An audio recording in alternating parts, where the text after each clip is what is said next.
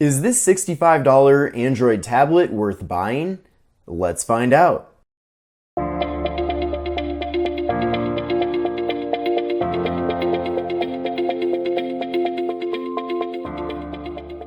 Hi everyone, this is Kevin here. Make sure to follow me on Instagram and Twitter at KevinBreezeTV. And I'm really excited to check out this tablet from Vankyo. I'd like to thank them for being kind enough to send this out to me free of charge so that I could give them my unbiased review. Now, if you've been following the channel for some time, then you'll know that I've done quite a bit of coverage on the Amazon Fire 7 tablet. Now, that tablet is undeniably the industry leader and the king of 7-inch tablets, at least as far as volume goes.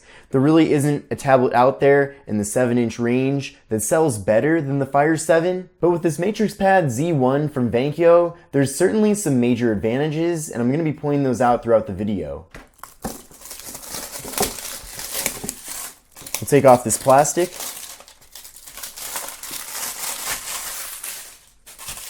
So here are some of the specs. So we get a 7-inch IPS display. We get front and rear cameras, a quad-core 64-bit CPU, GMS certified Android OS, and we have solid eMMC ROM. So right off the bat, probably the biggest reason to get this tablet over the Amazon Fire 7, and I already know this without even using this tablet, is that it has the Google Play Store natively installed. Now there are some workarounds to get the Google Play Store on the Amazon Fire 7, but if you're not a tech whiz, then you're going to have some trouble with that. Thankfully, right out of the box, you're going to be able to use the Google Play Store.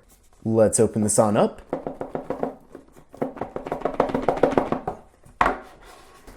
Let's lift the lid here. We have the tablet. Here it is. Pretty cool. We have some instructions here.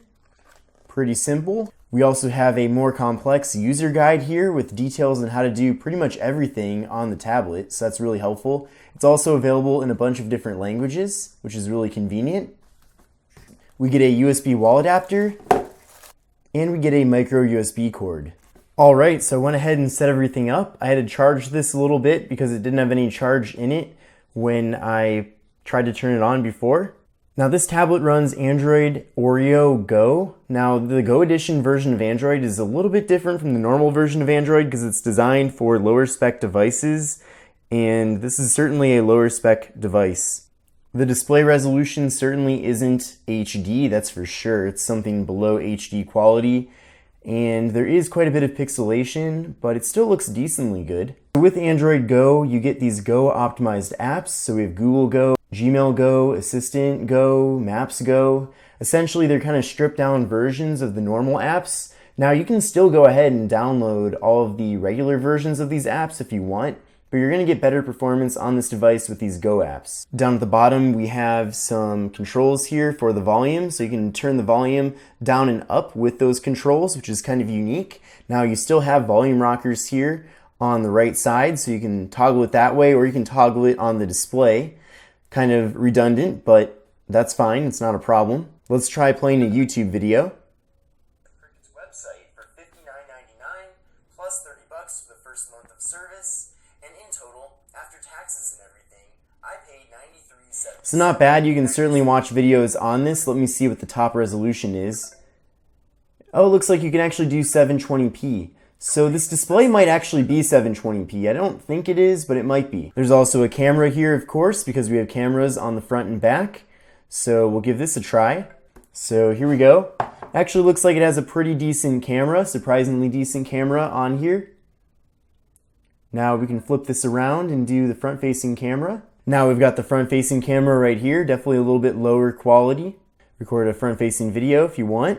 I mean, this might be nice also to use with Skype, or I don't know really who uses Skype anymore, but Instagram video and doing video chats of any sort with your favorite video chat app. So it's certainly not the quickest tablet out there, but it's also still usable, so that's good. We'll go to Google Chrome here. All right, we're now on Engadget.com, and articles are definitely readable on this display. You can see here how clear it looks, so really it's not bad at all. This display doesn't put out the best colors ever, but certainly for a tablet this cheap, it's not bad. I mean, it's definitely acceptable. You're definitely able to read all the text on here, so if you're really into reading audiobooks, then you can certainly use this tablet for that. I won't lie, scrolling is a little bit slow here, but again, it's still usable. So at this price, that's pretty much all you can really ask for. And if you want to, you can flip over to horizontal and view things that way. You can even navigate around the device in horizontal. Here are the different applications that are pre-installed, so it's pretty much all Google apps and that's it, so there really is no bloatware on here. That's always a great thing to see and something that I really appreciate. So as far as the hardware goes, again, we have the 7-inch display here on the front. We also have a front-facing camera, and you saw the quality of that a second ago. Then on the back side, we have some regulatory information. We have a rear-facing speaker. We have a logo here, and we have the rear-facing camera. Then on the right side, we have the microphone, we have the power button, and we have the volume rockers. The whole tablet is kind of built in this hard plastic material, but it still feels good to the hand, and I'm not worried at all about it getting scratched or damaged. I mean, it seems durable overall. Then on the top, we have a micro USB port for charging and data transfer. We have a micro SD card port, and we have a 3.5mm headphone jack. So overall, I definitely think this is a decent tablet. I think, it's a good starter tablet, especially if you have a kid. This might be good to get for them, or maybe someone who's older and not very experienced with technology. This is definitely good for the basics. You can do that. You can browse the web, you can watch videos, you can save videos offline and view them on the plane.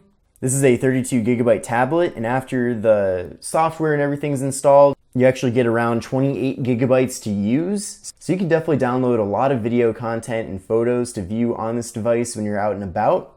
So that's a great thing. And of course, if you want to get even more storage, you can always put a micro SD card here up in the top. Let me know what you think of this tablet. I will be leaving a link in the video description so that you can check for the current pricing of this, because it's possible that they might have changed the pricing from the time that I made this video. Let me know what you think of it though. If you're gonna buy this, I'd love to know. And if you already have a tablet similar to this, I'd like to know that as well. And one last thing I want to know. What do you think of this compared to the Amazon Fire 7? Do you think this is a better option or a worse option? I want to know everything. But thanks for watching this video. Make sure to sub if you liked it, and I'll see you in the next video.